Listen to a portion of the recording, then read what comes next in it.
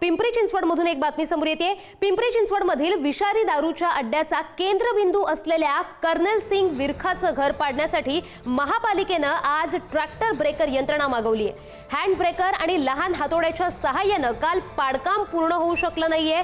फुगेवाडीतील अरुंद रस्त्यांमुळे जेसीबी किंवा पोकलेन नेणं कठीण असल्यानं पालिकेला हा विशेष निर्णय घ्यावा लागलाय।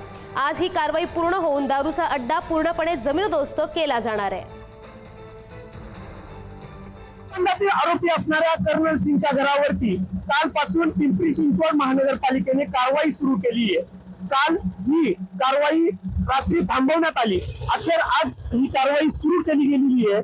काल खरं तर या ठिकाणी मशिनरी येऊ शकत नव्हत्या, आज ट्रॅक्टर या ठिकाणी आलेला आहे। ट्रॅक्टर ब्रेकरच्या साहाय्याने आज ही कारवाई केली जातीये। पिंपरी चिंचवड महानगरपालिकेच्या या फुगेवाडी परिसरात ही संपूर्ण दाट लोकवस्ती आहे आणि या दाट लोकवस्तीमध्ये कर्नल सिंग हा दारू विक्री करत होता, त्यानंतर तोच याच ठिकाणी राहत होता।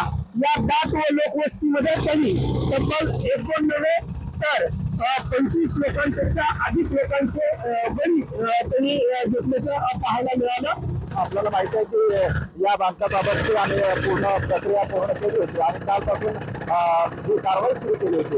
आयुक्त डॉक्टर विजय सूर्यवंशी यांच्या मार्गदर्शनाखाली हे काम सुरू केल्यानंतर काल मॅन्युअली काम करण्यात आलं। तथापि निम्म काम आपण पाडलं होतं, मात्र या ठिकाणी मशिनरी यायला जरा संधी नाही आहे। तथापि आज 100 मीटर अंतरावर ते ट्रॅक्टर येऊन आपण ट्रॅक्टर ब्रेकरच्या माध्यमातून हे काम करतो।